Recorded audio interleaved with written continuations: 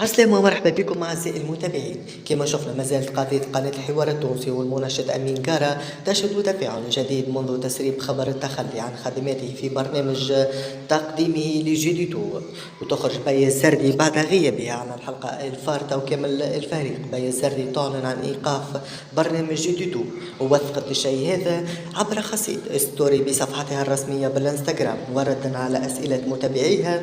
أكدت الكرونيكوس بيا السردي في ستوري نشرته على حسابها الخاص عن إيقاف برنامج جديدو نهائيا، وجاء في تدميتها من متابعيها وقالت البرنامج ما عادش موجود للأسف، على خاطر فما خلاف بين المنشط وقناة الحوار التونسي.